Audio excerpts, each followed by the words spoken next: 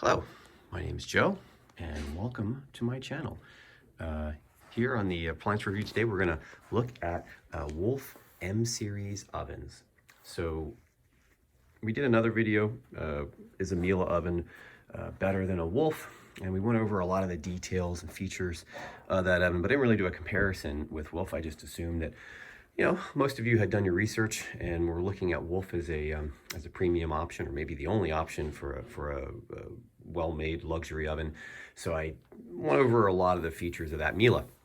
Somebody did just recently request that we do a comparison, actual comparison with Wolf, but instead what I'm going to do is just do a really detailed review of the Wolf M-Series ovens, and then particularly this Pro style version, primarily because I've got it here in my showroom, and it's hooked up to 120 volts, so we can actually go through the controls and look at it lit up. So first, I want to say that I think that by far this is one of the most beautiful wall oven designs out there. I happen to love the red knobs. I know people who have an aversion to red don't like them, but of course the factory does give you the option of both silver and black knobs that can come with the oven when you purchase it. And I feel like, it just really hits a lot of sweet spots. I like the beveling where you hit the glass. There's a nice little accent. It's not too flat, not too straight. They do that same beveling around the touch control or the TFT display, and the Wolf signature handle. We look at the side there, you're going to see that W kind of embossed with a little flame above it. It tells you it's a Wolf. And like most of this new M-Series, actually all of the Wolf ovens these days, they do now give you the option of proud mounting the oven like you're seeing it here, or flush mounting the oven like you see it there, just like a Miele. Now, one of the issues that I do have with some of this all black or predominantly black color scheme. Now Miele does offer these in a white glass, a dark gray glass, a black glass, and then probably the most popular is this, what they call their contour line design here, where you've kind of got this stainless steel picture frame. And it's good. I feel like it's a nice product. I have seen this in white cabinetry, and it doesn't look bad, but I feel like with all that black glass, it doesn't look quite as good or quite as transitional, we'll say, is this. This looks like it go, in a very traditional kitchen design, but it could also go into a very modern design and not look out of place in either, where Miele tends to lean a little more towards the modern. So let's move outside of the aesthetics here for a little bit and talk about how this oven works and look at the inside. You see there a very nice lighting system in this. You've got two offset halogens, and then I don't know if you can see it, but there is a third halogen on the roof of the oven. And then we're also going to see a new convection design. So Wolf was one of the first companies to come out with dual convection. I think they did that because a lot of manufacturers who were offering convection back in the early 2000s were technically cheating in a lot of ways. I think Decor back in the mid-90s came out with a really nice convection system designed specifically for their 30-inch ovens. They spent a lot of time, a lot of research and development in creating a system that evenly distribute the heat in there. In fact, at one point I was told they did they purchased a $40,000 infrared camera so that they could actually see how well heat was distributed inside of their 30-inch ovens. And they were one of the first companies with a 30-inch oven. Now, other manufacturers eventually came out with 30-inch ovens, and then later on, they started putting convection systems in there. Those convection systems, in a lot of cases, were just little fans and little heaters and little baffles that came from little teeny tiny European ovens. So they went to a part supplier over in Europe, they bought that little heater, that little fan, and they bolted it into the back of what would have been, back then, a 4 cubic foot oven. And that probably didn't work that well. And it certainly didn't work as well as the Decor. Now Sub-Zero, when they were developing these ovens in the 90s, their engineers told us, like, you know what, we couldn't get really good, even results in a 4 cubic foot cavity with that single convection fan design. So they actually came out with, and we'll look at this older E-Series, because this is identical to what they launched in the mid-2000s. You've got a dual fan design. Now, the theory there was that most European Convection ovens were roughly 2 cubic feet. They were designing this to be about 4 cubic feet, and really to get the convection results that they wanted to evenly color the skin on their 25-pound turkey or whatever, they needed those 2 fans. There's a great article in Food and Wine magazine, I believe, with Kat Cora. I want to say it came out in like 2007 or 2008. Probably 2008, where she really does a great review of these ovens and talks about how wonderfully and how evenly they heat. So I think they actually, that's less of a gimmick and more of like, it actually works. These new ovens, though, are 5 cubic feet. So these 5 cubic foot ovens, what they had to do differently is put little long, kind of skinny, round, we'll call them squirrel cage style blowers to the corners of the oven. And they did this to give us some extra depth. They wanted to address a couple of things. So one, the oven, to keep up with their competition, needed to grow in capacity from 4 cubic feet to 5 cubic feet. And they did a lot of that by making it taller. But then they also wanted to avoid something that a lot of their installers didn't like, which was, well, when we put this in, we've got to cut out the back of the cabinet. I believe that's an issue that we still have with Miele and maybe a bunch of other companies. So the chassis here, I'm pretty sure I was told you don't have to cut out the back of the oven cabinet in order to fit this in. And then another design issue is that if we're doing inset cabinets, inset cabinetry, instead of being 24 and plus a 3/4 inch door, like full overlay or frameless, or even framed, this is typically 24 inches because the doors are cut into the frame. So they wanted to give the designer the ability to flush mount that oven in a inset door design, and again, not cut out the back. So that chassis really had to kind of come in quite a bit. So between those 3 things, the overall capacity and then physically making it shallower, this was a really nice design. They even kind of rounded out the back of the oven racks and the oven itself to accommodate larger pizzas. There's a spec on how many inches that pizza can be, but whatever. So really cool design. I'd love to hear some people in the community talk about how well this does or does not work. I'm assuming they spent a lot of money and they did a very good job of making that work.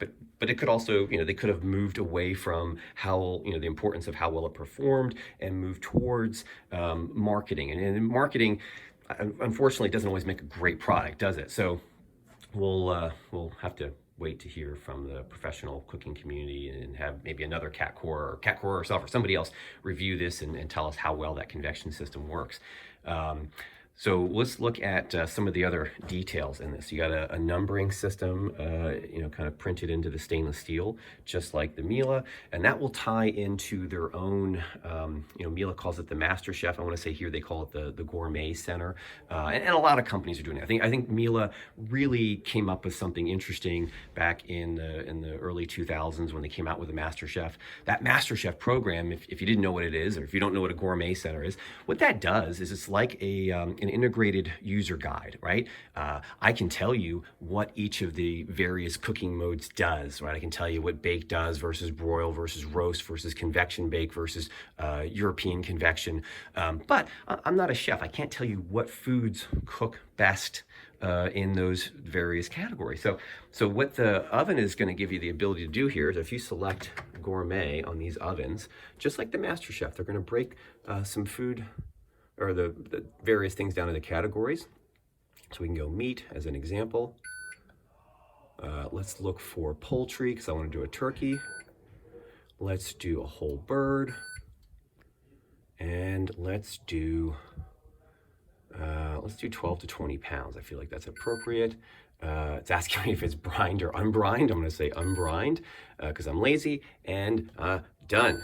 So it tells you right away, no preheat required. Insert the food right away. Now they're doing this because they're going to want you to use, this probably in the next step, they're going to want to tell you to use the integrated roast probe. You don't want to have to fiddle with putting that in a hot oven. So we're going to put the turkey in cold with the probe in there. I'm going to hit OK. So it'll go to the next screen. There it says, probe position in the thickest part of the thigh. Now that's really helpful. I had to Google that and look at pictures to see that I wasn't messing it up, because I'm a novice for cooking turkeys, or I was 10 years ago when I first did this. Now the rack position is also given, so they're telling us rack position 2, so we know exactly where to line up that rack, which is kind of cool. And let's hit OK to go to the next screen. Okay, so it's choosing convection roast. It's setting the temperature for the probe at 180, and it's going to tell us to rest it for 10 minutes. So I'm going to hit OK, and there we go. The oven is doing its thing. Now, you could have said, all right, well, I want to roast, but it's chosen convection roast. And the reason it's choosing convection roast is that convection gives us like an air fry like quality, right? It's pushing or almost working the heat into the center of the bird so that it cooks a lot faster, meaning that we keep a lot of the juices and the flavor in the meat. And well, it cooks, probably cook a couple hours faster with convection. So it's always better to use convection. You can argue that convection bake might be not good for certain things, but convection roast, I have to say, I think it's 100% better for roasting because it does cook the food faster and retains more juices. Now you may have to go out and buy some some chicken stock or something, or turkey stock, in order to make your gravy, because all the juices are still going to be in the turkey at that point. But back to the oven. So this is really a very nice system. It's using a little bit of color to kind of tell you what it's doing, and again, I think Miele did a great job of coming up with that system. And they're probably weren't the first ones to come up with that type of thing, but I think they were probably the first ones to utilize it in a convection oven. So we do have that assist. If you're not familiar with what all of these different modes do, then you can always go to the Gourmet Center, and the oven will help you use that. If you don't want to use that, you don't have to. You can just go to bake, and it's going to default to 350. Now, if I want to take it higher, I can toggle right, or I can toggle left, and I can just do little minor increments in the temperature by toggling right or left, and it will go ahead and do its preheat. I like the knobs. I think the simplicity of being able to, if nobody's ever used this oven before, maybe you'll go up and say bake, and then have a default to 350 so that it starts cooking right away, is kind of handy. We'll leave it at 340. Now it's in fake preheat mode because it's in a demonstration program, so it wouldn't actually heat up that quickly. We assume preheat times are better in these newer ovens. The older ovens, the big complaint was that they took like 20-25 minutes to preheat, and that's because they're really big ovens, and the element is buried below the floor. I want to say that they're now utilizing the broil and the bake and the convection heaters simultaneously to get that oven to temperature faster. Let's hope that that's the case. Back inside the oven, I think these are the nicest racks that you can get in an oven, especially the glide racks. They're virtually silent. The other thing I want to point out is this little bend here, the way they drop down. That's important, right? And a lot of companies just kind of cut it across. And what it does is it kind of leaves this dead space, in the low rack position, where you're losing about an inch of height in the oven. So one, super quiet. Two, adding that dip in there, I think, really gives us some extra space. Like a lot of premium ovens, we do get two those full extension glide racks per oven cell, and then we're going to get one standard rack, or what I'd like to call the storage rack, and we don't always need 3 racks in the oven, so probably going to take one of them out and have it stored somewhere. So those glide racks are kind of heavy, they're kind of cumbersome, they're probably a bear to store, so having one standard rack is actually kind of nice. We also want to cut down on the thermal mass in the oven. I think if you have 3 glide racks in the oven, it's going to add to the preheat times. More recently, Miele has gone and I think nixed one of those glide racks, and they're giving you 2 standard racks, which I don't know, I feel like kind of sad considering it's a $6,500 oven or whatever it is. But The other thing I like is the tine thickness. So something Miele did years ago is they increased the tine diameter in order to make the racks feel heavy and restaurant quality. But you know what? It sucks because they're heavy. They're a pain to take in and out. And this thinner rack design, I'm sure, is perfectly sturdy for doing everything that we need to do. So much better rack design. Also like these little integrated oven mitt openings. It was always very clever. Kind of a weird upper broiler design there. It is, how many passes here? We got 1, 2, 3, 4, 5, 6, 7. So it's an 8-pass broiler. There are companies that are doing 10 and 12-pass broiler. And unlike the Miele, we don't get those dual elements, right? We don't have the browning element with the multi-pass broiling element, which is kind of interesting. So not quite as many modes or quite as much flexibility in the baking design like there is in that Miele. And of course, watch that video if you'd like to learn more about that. Below the floor, I believe they are still using a ribbon radiant heating element to heat the oven up faster. And of course, we still get that pretty blue enamel. Now, does the pretty blue enamel stay pretty blue? I have no idea. I have a feeling that it probably doesn't clean up quite as well. So if you own one of these and you've had an experience of it being easy to clean or not being easy to clean, please let us know in the comments. Now let's talk about some of the other things here. So to clean this oven, you do have to take out these runners. Now these runners look like they're screwed and they're actually not. There's a little kind of a hook that kind of just rests on a standoff on that screw. So don't get out your screwdriver, just lift the rack and pull it out. Another nice thing with this is the lenses are pressure fit. You know, they're not screwed in. We don't have to go with a Phillips head screwdriver and strip the screws trying to get those oven lenses out to replace the bulbs. They just pull out and they come out fairly easy from a service standpoint. So a lot of pluses on this, you know, just visually beautiful product design. There are 2 other styles. Actually, I don't have them in front of me right now, but we'll maybe show them in a later video. But there are a couple different styles in this what we call the M Touch or the multi-touch Wolf ovens. And you know, it's there's still we call the E series, which is about to get a big update at a lower price point. But these compete with the M series or multi-touch Miele ovens in both their contour and pure line designs. And again, visually a lot prettier. Now, these are made in probably either in Goodyear, Arizona or Fitchburg, Wisconsin, or Madison, Wisconsin, where Wolf Sub-Zero is headquartered. And they are American made. Now, do all the components come from America? Probably not. They're probably mostly assembled here, but great factory warranty. I want to say you get 2 years parts and labor out of the gate versus Miele's 1 year.